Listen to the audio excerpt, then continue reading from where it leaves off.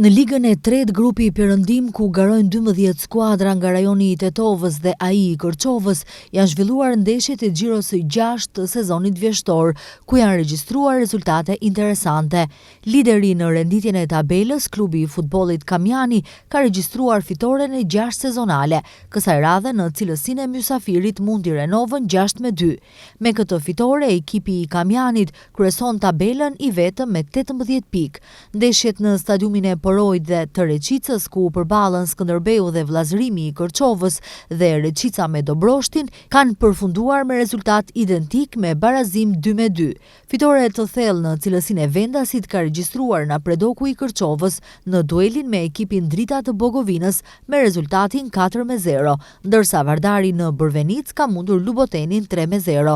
Rezultatet e Xhiros së 6, Skënderbeu Vllazërimi i Kërçovës 2-2, Reqica Dobroshti 2-2, Vardari i Bërvenicës Luboteni 3-0 dhe Napredoku Drita 4-0.